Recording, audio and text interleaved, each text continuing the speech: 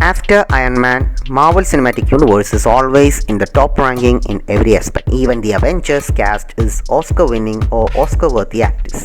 The story and the movies are all perfectly scripted and synced. After their successful entry in movie business, they even dip their toe in small-time televisions too, through series with various production studios.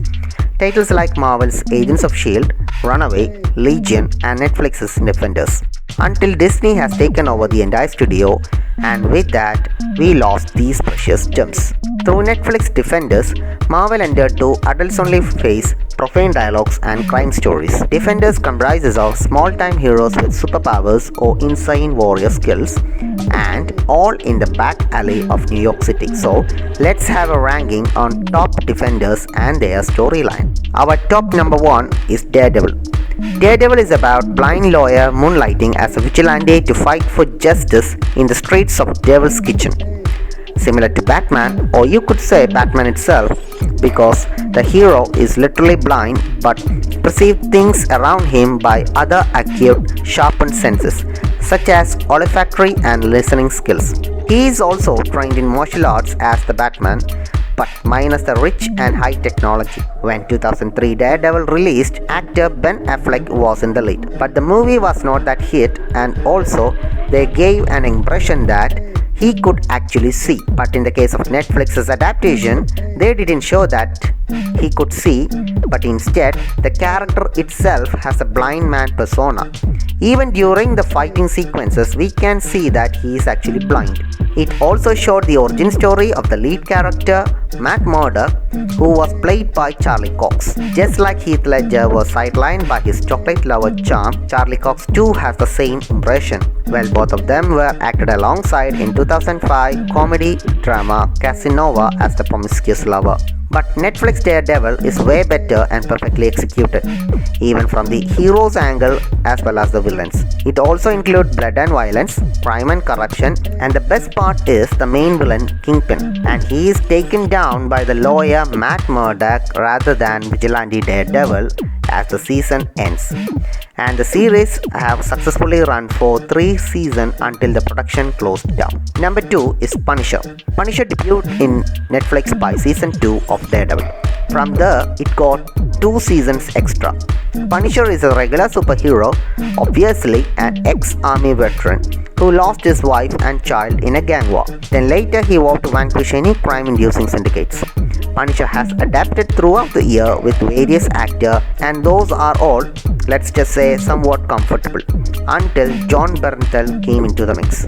Jon Bernthal was present all along in the movie business as a sideshow in various series, like an irrelevant person, until he was noticed as the role of Shane, friend and partner of Rick in The Walking Dead. But by Walking Dead, he became an actor icon, and by the role of Punisher, he set as an action superstar. Netflix Punisher is also not different from the Daredevil. Blood and action, same as the violence. Speaking of violence, he is so proficient with gunfight and close quarter combats, and the sequences of gunfights are very good. As a matter of fact, he does not require a gun to do his bidding, and the dramatic trauma that instilled in the story is too dark. His former partner becomes an antagonist named Jigsaw, and in the case of Punisher, whoever he tries to protect ended up dying, but in the case of entertainment, the series is top-notch compared to other titles.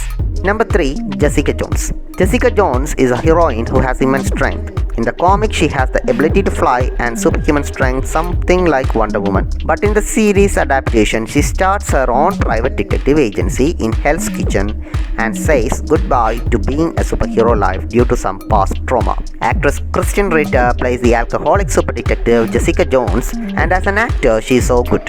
Her transition from sarcastic, condescending tone to quirky, enthusiastic idiot whenever she needs some information from somebody, and her strength used to muzzle out those who come against her. Consider any movie or series, the story is not that good if the protagonist does not have a formidable enemy. Consider Dark Knight. It is still considered as a handbook for superhero movies because the villain, Joker, and the actor who played it goes beyond the concepts of normal villainism. So it is not about the writer's idea of a villain, it is also a burden for the actor who portrays the role. If the casting is not good, it all goes in the drain. Then comes David Tennant as the antagonist Kilgrave aka Purple Man in the series. He has the power of convincing others even against their will, and in comics, one time he even convinced Tony Stark to start World War III. Here in the series, Season 1 is so good only because of Purple Man. And in Season 2, superpower obsessed Trish, longtime friend of Jessica, stepped up to help her but ended up becoming the villain Hellcat. Number 4. Luke Cage. Luke Cage debuted into Marvel series through Jessica Jones.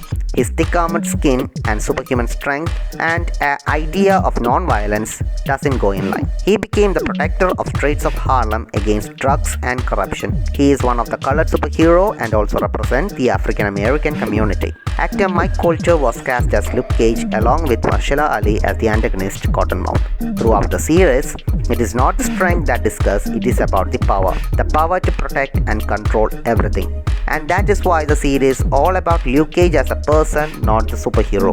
Number 5. Iron Fist. Iron Fist is mostly like the Batman and Tarzan's origin story.